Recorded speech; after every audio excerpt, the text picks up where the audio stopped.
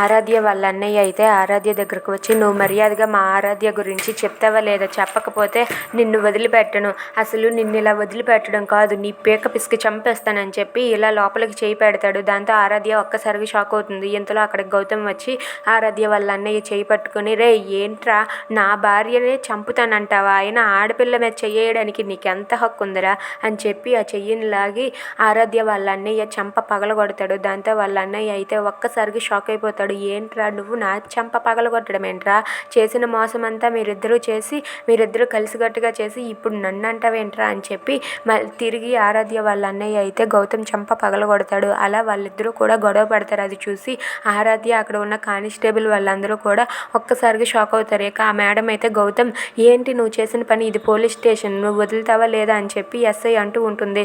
దాంతో అక్కడ ఉన్న గౌతమ్ అలాగే ఆరాధ్య వాళ్ళ అన్నయ్య వాళ్ళిద్దరూ ఆగకుండా ఇద్దరు కాలర్ పట్టుకొని గొడవలు పడుతూ ఉంటారు. అలా వాళ్ళిద్దరూ గొడవలు పడుతూ ఉండడం చూసి ఆరాధ్య ఒక్కసారిగా షాక్ అవుతుంది. ఇక గౌతమ్, మా అన్నయ్య కాలర్ వదులుతావా లేదా, గౌతమ్ నీకే చెప్పేది అని చెప్పి గట్టిగా అరుస్తుంది. అయినా సరే గౌతమ్ వదలకుండా పట్టుకుంటాడు. ఇక వాళ్ళిద్దరూ అలా గొడవ పడుతూ ఉంటారు.